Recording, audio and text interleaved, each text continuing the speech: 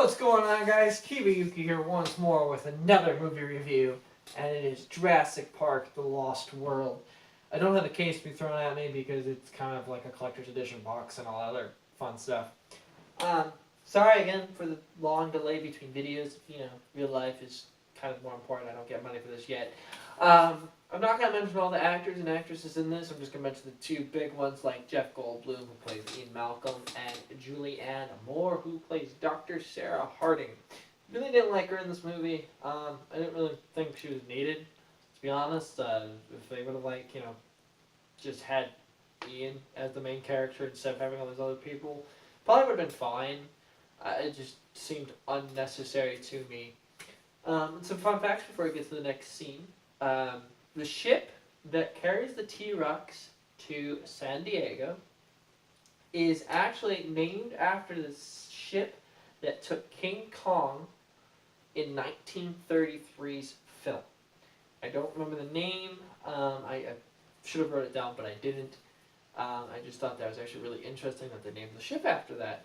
And the snake that the paleontologist finds in his shirt when they're hiding behind the waterfall is actually not poisonous. It's a milk snake, not a corn snake. I noticed that actually the third or fourth time I watched that after I learned about it in school. I have one more scene who we're bringing back again one of the most biggest actors in this movie. Actress is actually, and I think it necessary to show her every time. So here we go.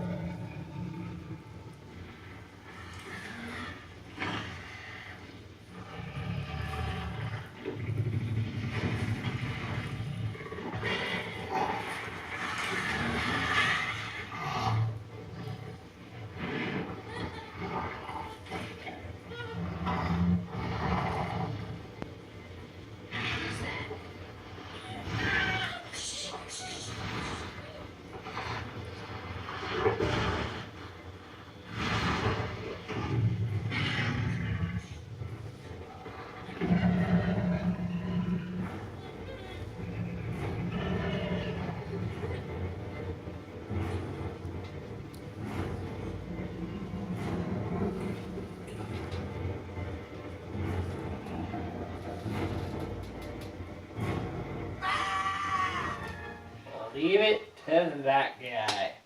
There's always one of those guys that just ruins everything. If they would all just stayed asleep, Betsy would have just wandered off and everything would have been perfectly fine and no one would have died. Well, not yet anyways. More people would have died. They always die. I'm going to do two more fun facts. And then another scene. Yay, scene!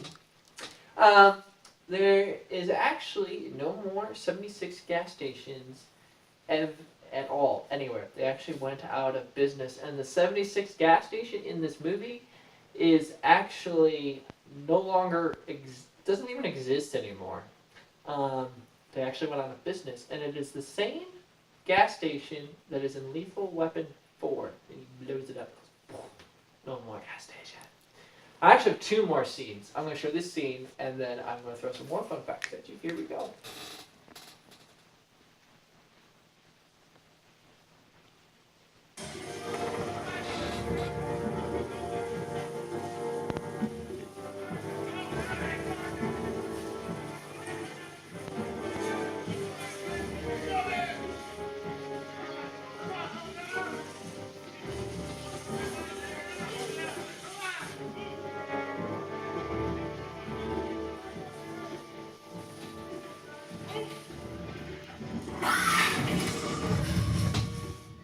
I really, really like this scene. It gives the Raptors a true show of what they're capable of. The first movie does show their intellect quite a bit. This scene just really shows how they're pack hunters, how they work together, how they just congregate on whatever their prey is. First movie kind of did that to a point. I think the Raptors were actually very unglorified in the first movie. In the second movie, they get a lot more screen time, a lot more awesomeness. I have one more scene to send you off with, and it's just kind of bragging, with Betsy in here. The 9-ton animatronic T-Rex. Here we go!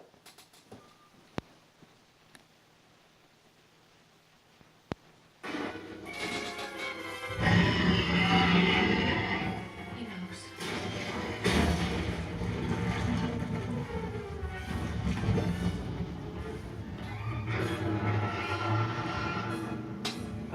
Good old Betsy. What a wonderful, wonderful, wonderful, wonderful creature.